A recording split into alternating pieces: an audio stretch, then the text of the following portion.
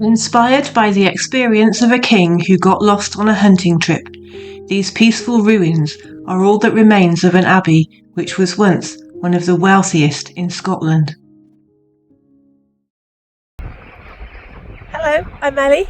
Hello, and I'm Martin. And this is Kinloss Abbey. Certainly is.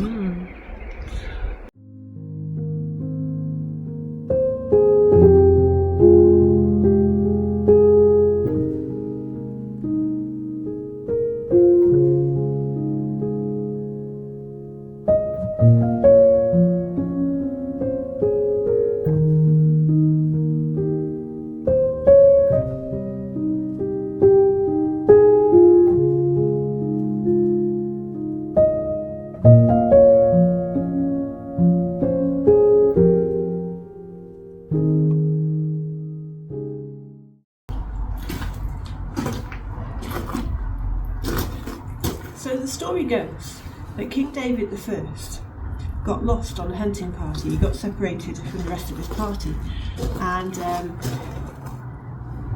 so he prayed to the gods. He was very religious. He prayed to the gods for some guidance, and this little dove came along and guided the king to a clearing within the woods. And this is the space that clearing was. And there he found two shepherds who gave him food and shelter for the evening, for the night. And during the night he had a dream. He was told to open a church to give thanks for being rescued from getting lost. And in the morning when he woke up, he was determined that he was going to do this. And so he got his sword and he marked out the area of the church, this new building, on the ground with his sword. And then he went back to Duffus Castle, which is nearby, to rejoin his hunting party, where he relayed to them the story and his plans, and masons and builders from everywhere were brought to this area to build this new abbey. It's quite easy as you're walking around to actually see where he marked out. Yes, Yeah. you can see the lines in the ground and everything. It's really easy to see that, and it's not too much of a leap to imagine him walking around with his sword, marking that out after his epiphanous dream. Yeah. Mm-hmm. It's a very beautiful place. You can't get in because it is blocked off, but you can very easily see inside and see how beautiful it is and the remains of it. It's just amazing. Yeah. It's a lovely place. Architects and masons to the royals were summoned to Kinloss to work on the king's new chapel. King David also sent for a monk from the Cistercian Abbey at Melrose to come and take charge of the project. He later made this monk the first abbot of Kinloss.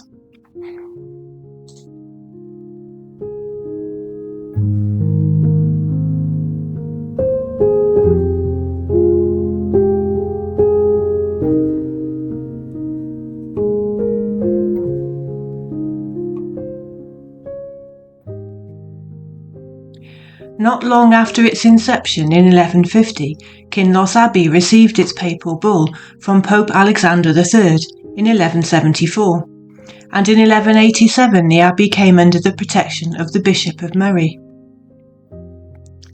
This relatively new abbey was honoured in 1214 when it was selected to host the general chapter of the prelates of the Cistercian order.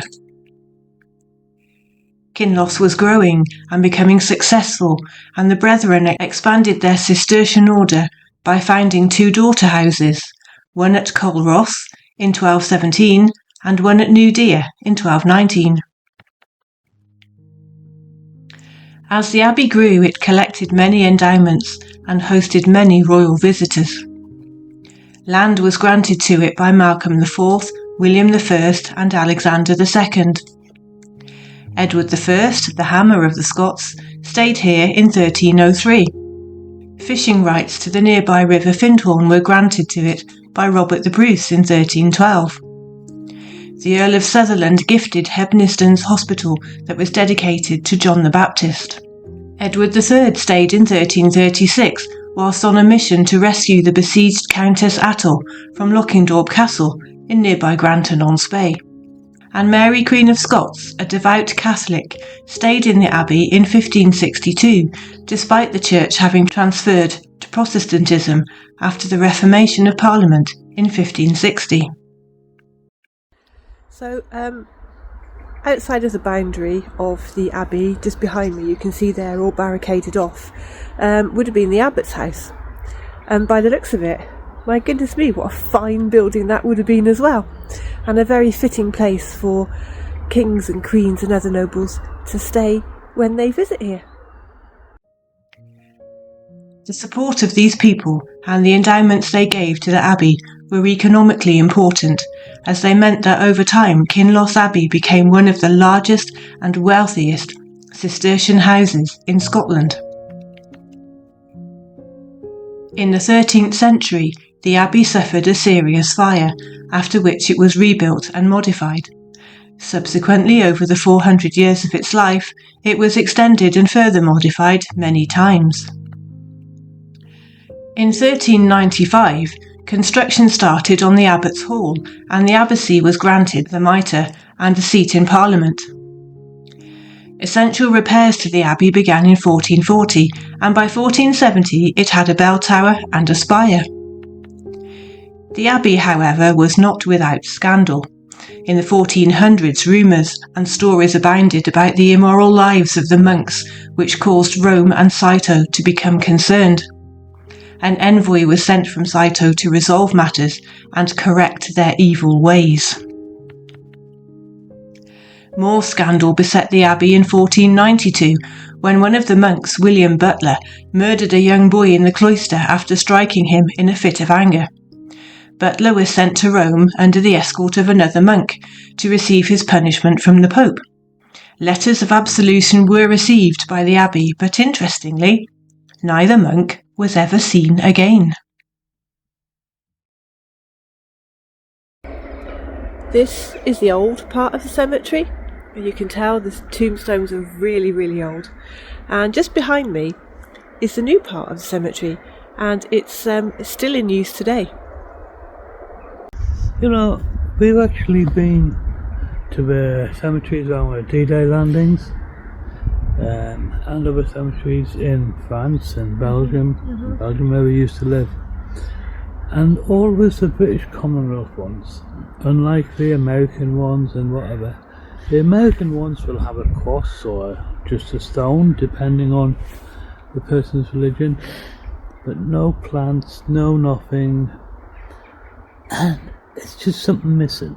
You come to the British ones, and each one has a plant. Each one, you know, is really well looked after, you know. This is an actual Commonwealth war grave as well, yes.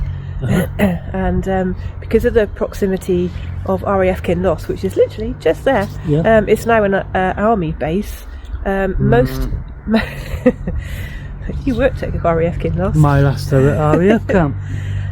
Most of these are RAF personnel. Most are. There is one or two army, and we're all treated, regardless of rank or anything. We're all treated the same. And what a beautiful setting. It is, and the way that it looks is really a credit to the Commonwealth War graves. Kinloss Abbey had a total of 24 abbots over its lifetime. The most notable was Robert Reid, who was appointed in 1528. He asked the Italian scholar Giovanni Ferrario of Piedmont to come to Kinloss to establish a centre of academic excellence. In 1541, Reid was also made Bishop of Orkney, where he began extensive rebuilding of the bishop's palace there.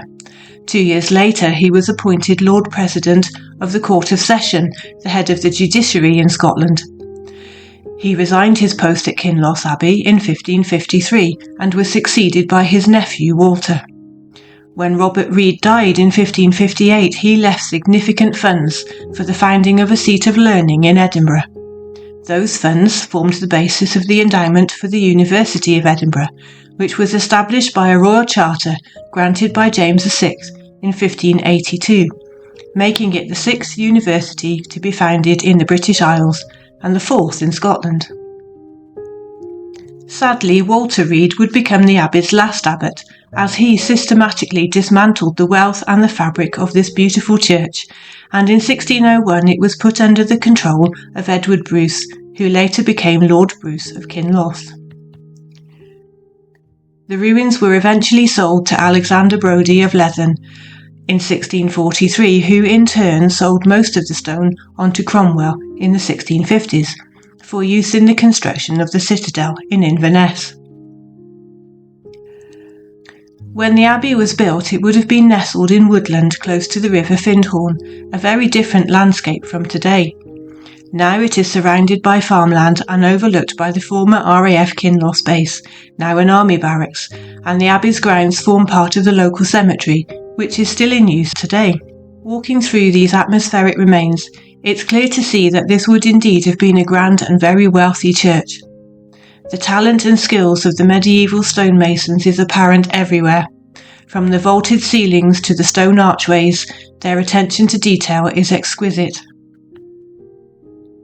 The outlines of the walls of the nave and chancel can be easily seen amongst the tombstones of the old graveyard, and it's easy to imagine that these were indeed the very lines that King David I traced into the ground with his sword back in 1150, after waking from his epiphanous dream.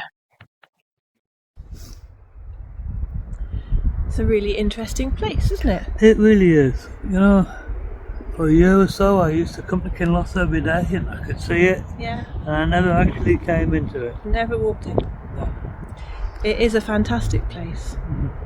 And it's well worth coming if you are in the area. It's well worth dropping in for a quick look. It is, yeah. Very interesting. Thank you ever so much for watching. It's always a pleasure to take you with us on our little explores. Yeah. And we love showing you the area that we live in. It's just a great pleasure to do that. And it's not one of them which is in the headlines. No, This place, it's but not. it is well worth a pop in. Yeah, and it was one of the wealthiest abbeys in the country. Yeah, it started off as a offshoot from the Melrose Abbey. Mm-hmm. Yeah. By King David I. I didn't know if David the first or the second. I think it was the first. Mm-hmm. And obviously it's had its scandals, including a murder. You know, these abbots used to get up to a lot of things.